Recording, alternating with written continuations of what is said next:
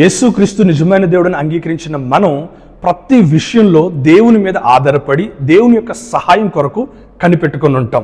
దేవుని వాక్యం సెలవిస్తుంది కదా, మనుషులను ఆశ్రయించుట కంటే రాజులను ఆశ్రయించుట కంటే యెహోవాను ఆశ్రయించుట మేలు అని దేవుని వాక్యం సెలవిస్తుంది. కాబట్టి ప్రతి విషయంలో దేవుని యొక్క సహాయం కొరకు కనిపెట్టుకొని బ్రతుకుతూ ఉంటాం. కానీ అనేక సందర్భాల్లో దేవుని దగ్గర నుంచి సహాయం మనకి అందదు. కారణం ఏమై ఉండొచ్చు? దేవుని వాక్యం ఈ విధంగా సెలవిస్తుంది. కీర్తనల గ్రంథము 27వ కీర్తన 34వ వచనంలో ఈ విధంగా రాయబడి ఉంది. అక్కడ 3 విషయాలు దేవుని వాక్యం మాట్లాడుతుంది. మొట్టమొదటిగా యెహోవా కొరకు కనిపెట్టుకుని ఉండుము, రెండవదిగా ఆయన మార్గమును అనుసరించుము, మూడవదిగా భూమిని స్వతంత్రించుకున్నట్లు ఆయన నిన్ను హెచ్చించును అని దేవుని వాక్యం సెలవిస్తుంది.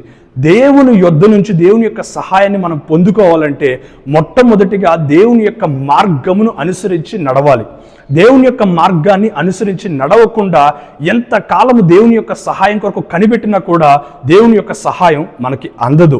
దేవుడు తగిన కాలమందు మనల్ని హెచ్చించాలన్నా, తగిన కాలమందు నీకు అవసరమైంది దేవుడు నీకు సహాయం చేయాలన్నా తప్పకుండా దేవుని యొక్క మార్గాల్ని అనుసరించి నడవాలి.